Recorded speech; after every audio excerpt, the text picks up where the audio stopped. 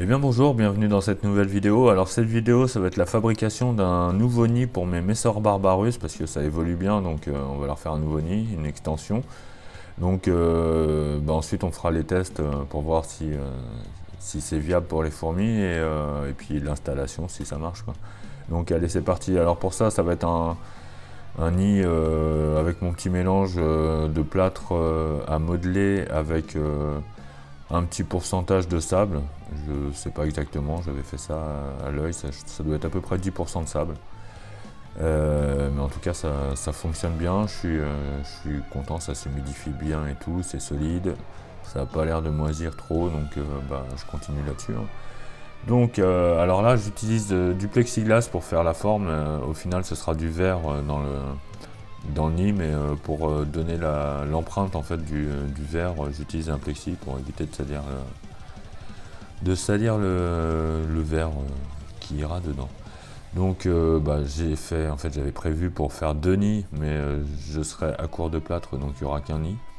Mais bon, ce coffrage là marche autant pour un nid que deux nids. Pour les dimensions, vous pouvez utiliser des dimensions qui vous conviennent. Moi j'ai utilisé 20 par 20 là, ce coup-ci, et avec un carreau de 18 par 18 cm. Donc voilà, donc là j'ai mis du scotch double face pour bien tout disposer et que ça bouge pas du tout quand je vais faire couler le plâtre. Voilà, donc je le presse bien. Après je suis tranquille là pour ça, ça va pas bouger. Alors là, je vais mélanger mon petit plâtre, hein, donc voilà, il faut que ce soit une consistance bien homogène, pas trop liquide et pas trop solide. Voilà, allez, je vais mélanger tout ça.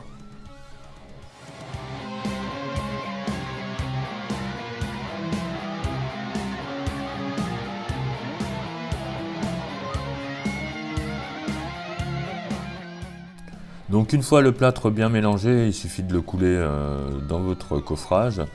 Donc moi j'avais pas assez de plâtre pour faire les deux comme je vous ai dit, donc là j'ai de quoi en faire un, mais bon, j'ai fait un coffrage qui me permet d'en faire deux. À la base je voulais faire deux nids parce que pour les 1000 abonnés qui sont dans 100 abonnés encore, je veux faire un petit concours, donc j'aurais bien fait gagner un nid de ce type là, parce que vous verrez c'est un nid qu'on peut humidifier si ça marche, hein, on verra plus tard, moi je le sais, mais bon, voilà, est-ce que ça va marcher vraiment? Mais bon, je ferai peut-être, donc je referai une vidéo sur ça, je sais pas encore ce que je ferai gagner, mais un nid ça peut être une bonne idée. Donc vous m'avez vu tapoter sur le nid, ça c'est pour faire remonter toutes les bulles d'air du plâtre, dans le plâtre, pour éviter d'avoir un petit trou d'air justement, quand vous allez creuser vos galeries, ça pourrait aider les fourmis à se sauver, parce que les Messor Barbarus sont des bonnes creuseuses. Voilà, donc là j'ai plus qu'à démouler tout ça. Donc ce coup-ci j'ai fait un coffrage vissé pour pas m'embêter avec les serre-joints, tout ça, comme ça je suis sûr de mon équerrage et tout. Voilà, là ça me permet d'avoir des nids toujours de 20 cm par 20 cm. Je pense que je vais me faire une petite série comme ça, c'est pas mal. Enfin vous allez voir en fin de vidéo ce que ça donne. Donc une fois démoulé, là je racle un petit peu le dessus du nid, en fait c'est ce qui sera contre le mur, pour que ce soit bien plan, parce que vu que j'ai pas fait la hauteur complète, vu que j'avais pas assez de plâtre, ça faisait des petites vagues, donc moi pour enlever ces vagues là, je racle. Vu que le nid et le plâtre est pas encore ultra sec, il n'y a pas de problème pour racler, hein, ça part en petit pâté quoi. Alors là c'est le moment où il faut forcer, en fait ça peut être un peu le moment délicat où ça pourrait péter quoi. Donc il faut forcer pour décoller le nid de la planche. Donc là j'ai pas eu d'éclat. Là, en fait, le plexi était un petit peu recouvert par le plâtre, donc moi je vais au cutter, je refais le tour proprement pour pouvoir décoller mon plexiglas. C'est un peu pour ça aussi que j'utilise un plexiglas, parce que moi avec les carreaux, la dernière fois j'ai pété un carreau dedans en décollant comme ça, donc je préfère mettre un plexi. Si c'est le plâtre qui saute, c'est pas trop grave, je peux toujours remodeler un peu le truc et tout. Mais le verre, je préfère éviter de le péter, parce que moi je suis un champion pour casser les verres. D'ailleurs là, pour ce nid là, j'ai réussi à couper mon premier verre sans tout péter, j'ai fait ça nickel. Les deux coupes, donc le carreau de 18 par 18, j'ai réussi à le faire. Bon, faut dire, j'avais un diamant tout neuf, ça m'a aidé.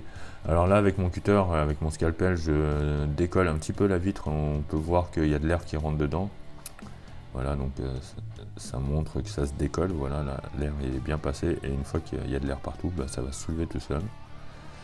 Moi j'aime bien faire le plâtre qu'entoure toute la vitre comme ça, parce que je trouve que ça renforce la fixation pour les fourmis, parce que voilà, déjà je fais pas les galeries tout au bord, là, vous allez voir quand je dessine, je laisse un bon 5 mm, voire 1 cm au bord du carreau, où mes galeries vont pas. Bon, là je suis parti dans le délire d'écrire la vie de mes fourmis, voilà. Parce que là, ce que je suis en train de dessiner, c'est l'endroit où je vais faire ma réserve, enfin, où je vais rentrer l'eau déminéralisée pour humidifier le nid. Vu que le nid sera debout, en fait, je vais percer des trous qui vont faire que l'eau va se diffuser. Donc ce sera à tester pour voir s'il n'y a pas de fuite justement et tout. Donc allez, je dessine un peu mes galeries.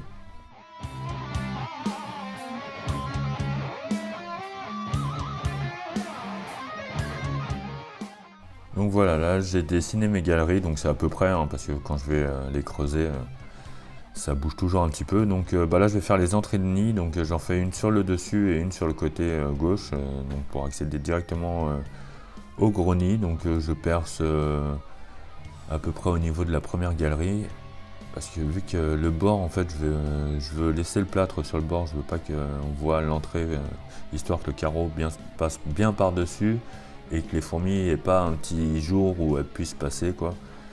Donc voilà, donc là j'ai percé mes trous, là je vais faire les entrées pour la réserve d'eau, hein, je vais dire ça comme ça, voilà. Donc je vais percer 4-5 trous où je diffuserai l'eau déminéralisée pour éviter de boucher, hein. Jamais mettre d'eau normale du robinet dedans, parce que sinon vous allez tout boucher. Donc là je perce, hein.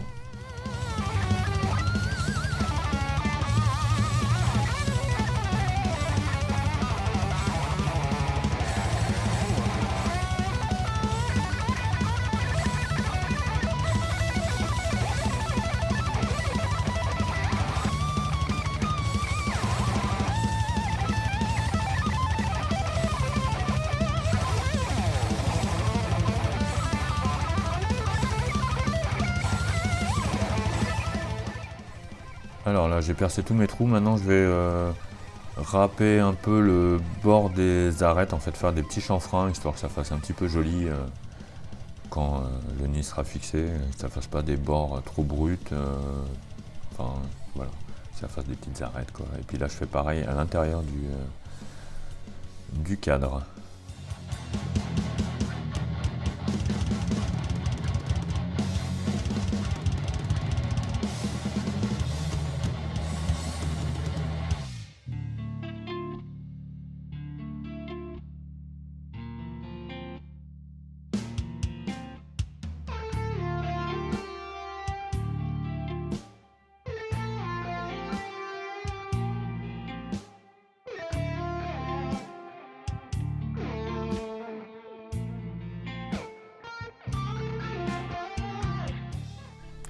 Voilà, là on va arriver au moment où c'est le défonçage des galeries. Donc j'ai monté une fraise en fait sur une perceuse à colonne, une vieille perceuse à colonne qui a un petit peu de jeu et tout, donc que je me sers plus pour mon boulot, voilà, un peu plus précis.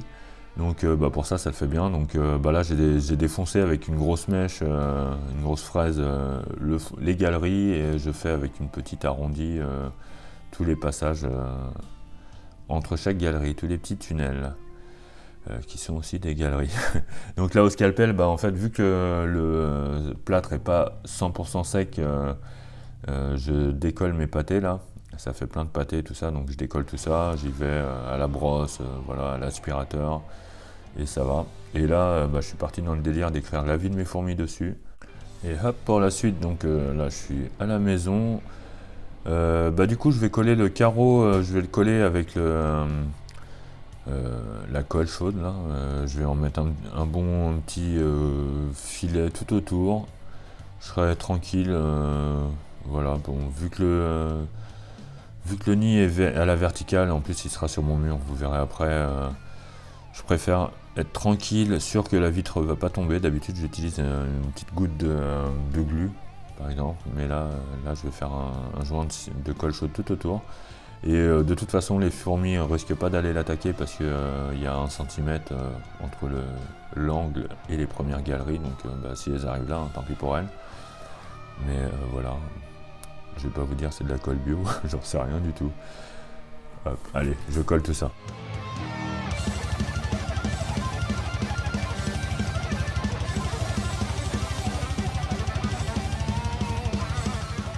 Alors là, je suis sûr que ma vitre ne va pas tomber quand le nid sera fixé. Alors maintenant, on va humidifier le nid, on va tester ça. Donc j'utilise de l'eau déminéralisée, comme je vous ai dit, une seringue de 10 ml. Je vais mettre 5 seringues dedans, donc 50 ml et pas plus, parce que ça, faut pas tomber dans le piège de mettre trop d'eau au début, parce qu'en fait sinon l'eau va continuer de se diffuser, vous avez l'impression qu'il y en a pas assez, vous en mettez, et en fait après c'est trop d'eau. Donc moi j'ai mis 50 ml pour commencer, et j'ai bien fait de m'arrêter là. Donc là j'ai fait un petit time-lapse, là, donc ça durait sur 40 minutes. Donc en vitesse réelle, ça allait pas aussi vite, on voyait pas aussi bien la diffusion, mais ça se diffuse vraiment pas mal, quoi. Donc ça c'est cool, je m'étais arrêté là pour pas abuser. Maintenant on va passer aux choses sérieuses, vous allez voir, je suis un dingue. Donc je me suis mis dans la tête de de faire l'extension du nid en passant directement là, par là. Donc j'avais un forêt à verre de 10 et j'ai jamais percé de verre de ma vie, donc voilà. Premier trou et bon, les fourmis sont affolées et tout, mais il n'y a pas eu de casse, donc je suis super content. J'ai fait ça en timelapse aussi hein, parce que je trouvais pas ça super intéressant et puis j'avais peur que ça pète en vrai, donc j'ai transpiré tout le long. Donc voilà le nid installé. Vous avez vu l'humidification, j'ai bien fait d'arrêter hein, parce que là c'est un bon 50% du nid, donc je vais laisser ça va sécher un petit peu, puis après je vais entretenir pour avoir 30-40% du nid. Voilà. Donc voilà, c'est cool, hein. Là je colle le nid au mur à la colle chaude encore. Depuis que j'ai ce pistolet, j'arrête pas, j'en mets partout. Voilà, j'ai mis longtemps à m'y mettre, mais maintenant voilà, je préfère fixer histoire d'être sûr. Donc niveau évasion, j'ai eu qu'une fourmi qui s'est évadée, c'est elle que j'ai montré. Là, vu que les fourmis étaient toutes effarouchées partout, ça court dans tous les sens, je me suis dit que j'allais leur mettre un peu de graines histoire de les récompenser de leur sagesse.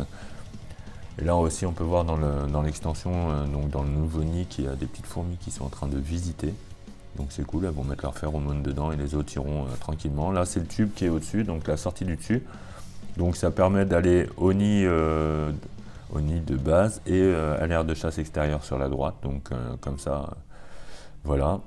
Et en bas du nid, donc il y a un tuyau qui va directement dedans, qui relie les deux, comme ça, voilà. Donc là, c'est 2-3 jours après, vous avez vu, les fourmis commencent à s'installer.